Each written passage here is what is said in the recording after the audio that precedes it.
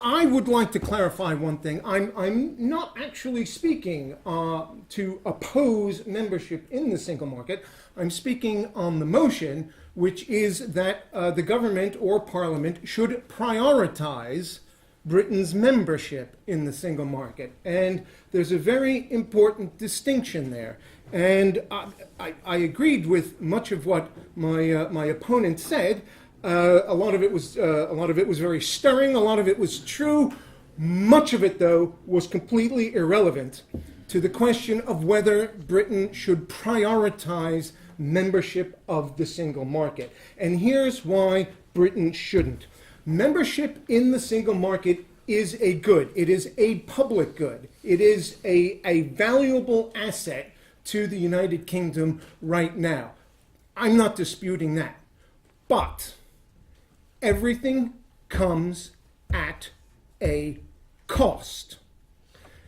I maintain that the cost of prioritizing, making it the top of the list for leaving the European Union is a bad idea. And I do that for several reasons. One is this. Right now, it's true that the European Union represents the largest single market. It is the largest GDP. It is right now the single largest UK export market, goods and services.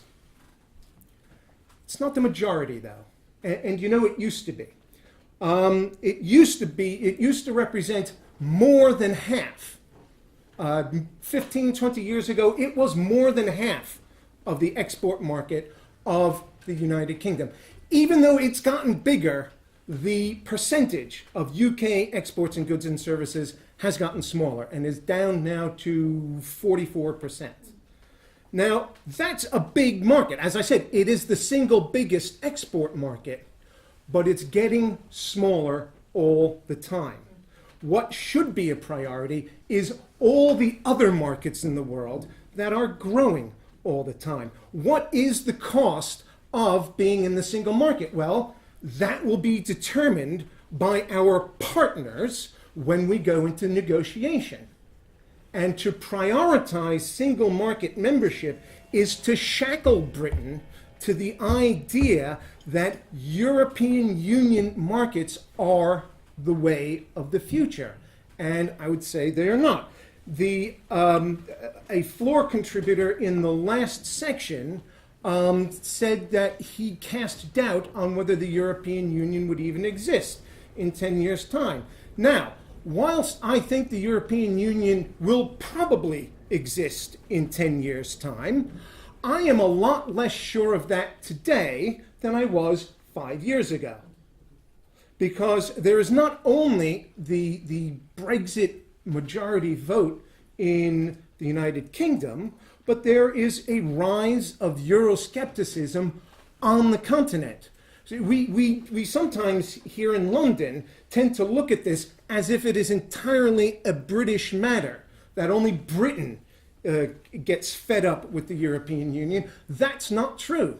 That's not true. The movement for challenging the European Union is much bigger today in France than it's ever been before.